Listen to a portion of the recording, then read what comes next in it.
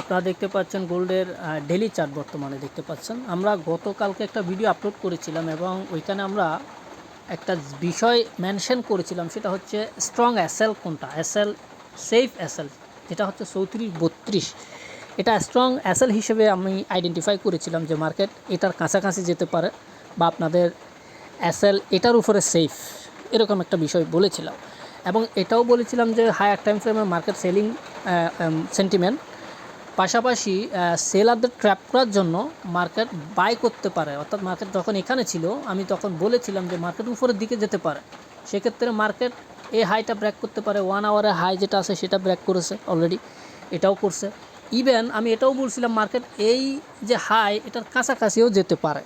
So সেটা হয় নাই যতটুকু মানে যাওয়ার কথা, হয়তো কালকে যায় নাই, হয়তো আজকে যেতে পারে। দেখা যাচ্ছে মার্কেট একটু কারেকশন করতে পারে, এখানে 50% বা 61% এসে দেন এগেইন আবার মুভ করতে পারে। যদি সেরকম হয় তাহলে এই যে 34-32 এই লেভেলটা কাজ করবে না, সেক্ষেত্রে এটা ভেঙে যেতে পারে। সো গতকালকে যেটা বলছিলাম সেই অনুসারে মার্কেট যেহেতু গতকালকে এই হাইটা টাচ করতে পারে নাই, এখন যেহেতু কারেকশানের দিকে আসতেছে, আমরা অলরেডি সেল নিয়েছি আপনারা দেখতে পাচ্ছেন।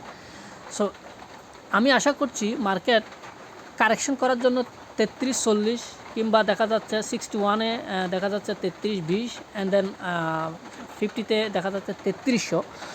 সো মিনিমাম 33-40 পর্যন্ত আসা উচিত, এখানে হিট করা উচিত। দেন যদি মার্কেট উপরে যায় তাহলে সেক্ষেত্রে আমি মনে করি 34-32 পর্যন্ত হিট করতে পারে এবং এটা ওভারটেকও করতে পারে। সো গতকালকের অ্যানালাইসিস মোতাবেক যারা আমার ভিডিও দেখেছেন আশা করি সেলার ট্র্যাপ হওয়ার কথা না, কিন্তু আমি বলেছিলাম, সতর্ক করেছিলাম যে সেলার ট্র্যাপ হতে পারে।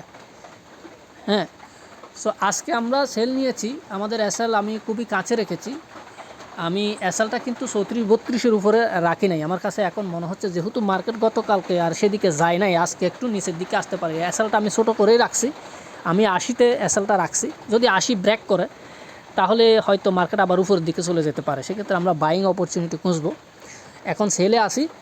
সো আমি আশা করছি মার্কেট অ্যাটলিস্ট 33-40 পর্যন্ত আসতে পারে। এখান থেকে মার্কেট যদি আবার ব্যাক করে তাহলে আমরা বাইং অপরচুনিটি খুঁজবো, সেক্ষেত্রে 34-32 পর্যন্ত আমাদের টার্গেট থাকতে পারে।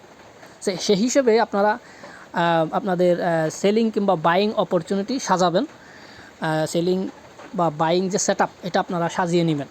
আর যদি আমাদেরকে ফলো করতে চান তাহলে টেলিগ্রামে আমাদের সাথে কানেক্টেড থাকবেন। সকলে ভালো থাকবেন। আজকে এই পর্যন্তই। আসসালামু আলাইকুম রহমতুল্লাহি ওয়া বারাকাতুহু।